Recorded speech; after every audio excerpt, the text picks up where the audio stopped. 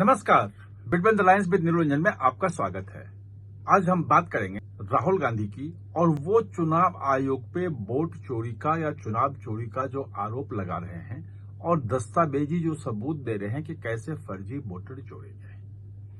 आखिर इसके पीछे रणनीति क्या है? क्यों अचानक पिछले 6 महीने से मतदाता सूची को लेकर के इतने ज्यादा हमलावर राहुल गांधी हो गए हैं और कांग्रेस हो गई है, और यहां तक वो कह रहे हैं कि अगर ये मतदाता सूची में गड़बड़ी नहीं होती, चुनाव आयोग अगर भाजपा के कहने पे सब गड़बड़ी नहीं करता, तो नरेंद्र मोदी तीसरी बार प्रधानमंत्री नहीं बन पाते। उनकी 60-70 सीटें कम होती, अगर 25-30 भी कम हो जाती तो वो प्रधानमंत्री नहीं रहते, सरकार कोई दूसरी होती। आखिर इस पूरी रणनीति के पीछे क्या है? सचमुच में कोई बात है? क्या है? मैंने बहुत सारे लोगों से दिल्ली में जो हैं मीडिया से जुड़े हुए लोग हैं, जो बड़े नेता हैं, उनसे इस पूरी रणनीति को समझने की कोशिश की और जो निष्कर्ष आया वो बहुत ही चौंकाने वाला है, बिल्कुल हैरान करने वाला है कि आखिर इस स्ट्रेटजी के तहत कांग्रेस ने, राहुल गांधी ने ये पूरी रणनीति अपनाई है। इस पूरे को समझना बहुत जरूरी है, तब आपको लगेगा कि आखिर ये जो पॉलिटिक्स हो रही है इसके पीछे क्या कारण है और कैसे एक 6 महीने 8 महीने से धीरे धीरे इसको बिल्डअप किया गया और अब जो है एक पूरा का पूरा एक बड़ा मुद्दा सामने ला दिया गया है। वैसे चुनाव आयोग भी इसमें पीछे नहीं हट रहा है, वो सीधे कह रहा है कि अगर कोई आरोप है तो आप हमें लिखित में दें, शपथ के साथ दें, हम उसकी जांच करवाएंगे। और वैसे मैं आपको बता चुका हूं पहले भी कि जो आरोप है 1-1.5 लाख वोट जो है वो बेंगलुरु सेंट्रल की जो सीट है उसमें गड़बड़ी होने का, हारने का, तो मैंने आपको पहले बताया था कि वो सीट जो है 2009 में पहली बार सामने आई थी, 2008 के परिसीमन के बाद। तब से वही पीसी मोहन लगातार जीत रहे हैं और जब कांग्रेस की सरकार थी सेंटर में तब 1,37,000 वोट से भी जीत चुके हैं। इस बार तो 32-33,000 वोट से ही जीते हैं वो। तो ये सब चीजें मैं बता चुका हूं। अब इसके पीछे की रणनीति मैं आज आपको समझाता हूं।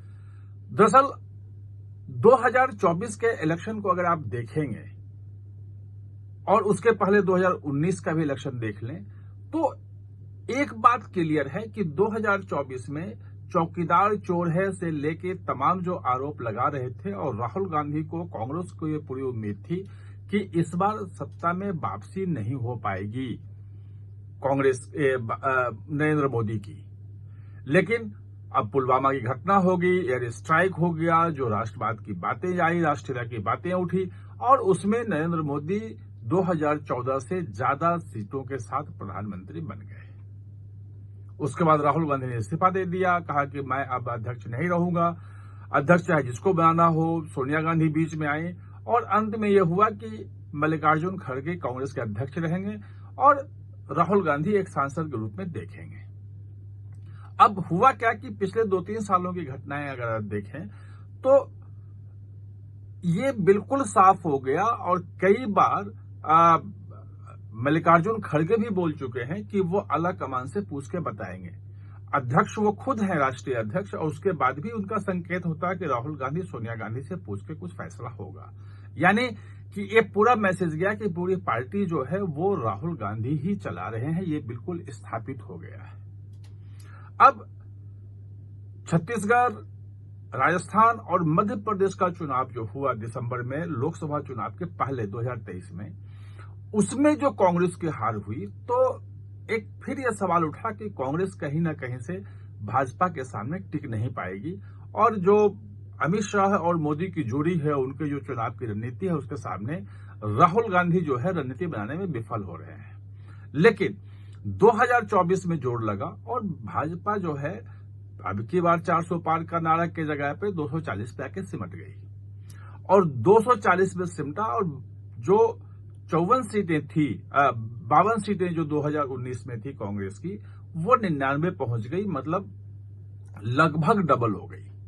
और इसे कांग्रेस की, राहुल गांधी की बड़ी जीत के रूप में पेश किया गया, वो आप सबने देखा उसको।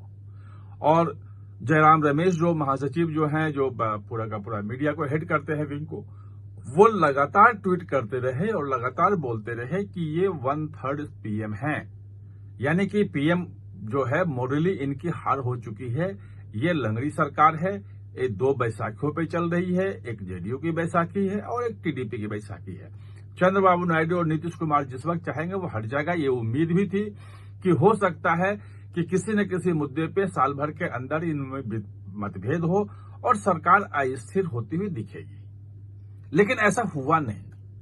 जो एनडीए की मीटिंग है, जो एनडीए जो है वो लगातार लगा के मजबूत है। नीतीश कुमार दिसंबर जनवरी में बात आई थी कि हो सकता है छोड़ देंगे, उनको न्योता भी दिया। लालू यादव ने कहा कि आ जाएं, तेजस्वी कहते, लेकिन जब उन्होंने साफ कर दिया कि वो नहीं, अब दोबारा कहीं नहीं जाएंगे, तो ये क्लियर हो गया। और जो चंद्रबाबू नायडू की स्थिति है वो भी बिल्कुल साफ साफ सरकार के साथ दिखे और एक पूरा का पूरा एनडीए एकजुट दिखा।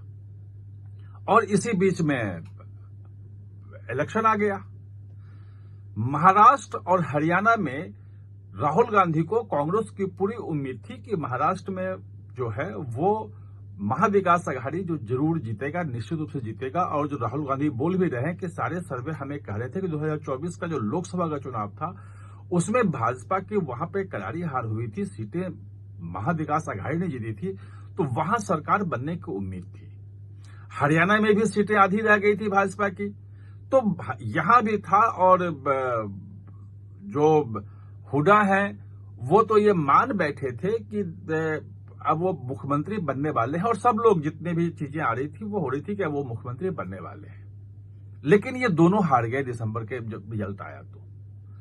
अब समस्या ये हो गई कि एक बार फिर लगा कि जो भाजपा है और अमित शाह और नरेंद्र मोदी हैं, इनके सामने राहुल गांधी की सारी रणनीति फेल हो रही है। आपस की लड़ाई ये रोक नहीं पा रहे हैं और उसके अलग अलग विश्लेषण होने लगे। तो इससे राहुल गांधी के नेतृत्व को लेकर के एक सवाल उठना शुरू हुआ। और ये सवाल जो है आप देखेंगे कि जो शशि थरूर हैं वो खुल के नाराजगी उन्होंने जता दी। राहुल गांधी मिलने के बाद उन्होंने कहा कि भाई उनसे मुलाकात हुई, कुछ नहीं हुआ, और वो उनके अपने इच्छाएं हैं, महत्वाकांक्षाएं हैं, वो उनको कोई बड़ा पद, कोई बड़ी जिम्मेवारी की वो चाह रखते हैं। और शशि थरूर राहुल गांधी के बीच में क्या दूरियां बनी, ऑपरेशन सिंदूर के दौरान क्या क्या हुआ, वो सब आप जानते हैं, उसमें हम ज्यादा डिटेल में नहीं जाएंगे। तो इस सिचुएशन में जब राहुल गांधी के नेतृत्व क्षमता को लेकर सवाल उठ रहा था, तो उनको एक बचाने का, एक शील्ड देने का कोई रास्ता चाहिए था, जिससे यह कहा जा सके कि राहुल गांधी का नेतृत्व जो है कहीं से कमजोर नहीं है। वो बिल्कुल नेता है, जनता के नेता हैं, और जनता उन्हें ही चाहती है। और जो नरेंद्र मोदी प्रधानमंत्री बन रहे हैं, ये जो भाजपा चुनाव जीत रही है, ये चुनाव की चोरी हो रही है और मतदाता सूची है उसमें गड़बड़ी से चुनाव ये जीता जा रहा है। यानी कि राहुल गांधी की क्षमता में कहीं कोई कमी नहीं है। राहुल गांधी बिल्कुल क्षमतावान है, प्रतिभावान है, कांग्रेस को बिल्कुल नेतृत्व दे रहे हैं, बहुत ही ज्यादा लोकप्रिय हैं वो जनता के बीच में। लेकिन चुनाव आयोग सरकार के साथ मिलीभगत करके कांग्रेस को हर जगह हरा रही है। ये नैरेटिव गढ़ने के लिए ये तमाम चीजें जो हैं वो की गई, जो कह रहे हैं।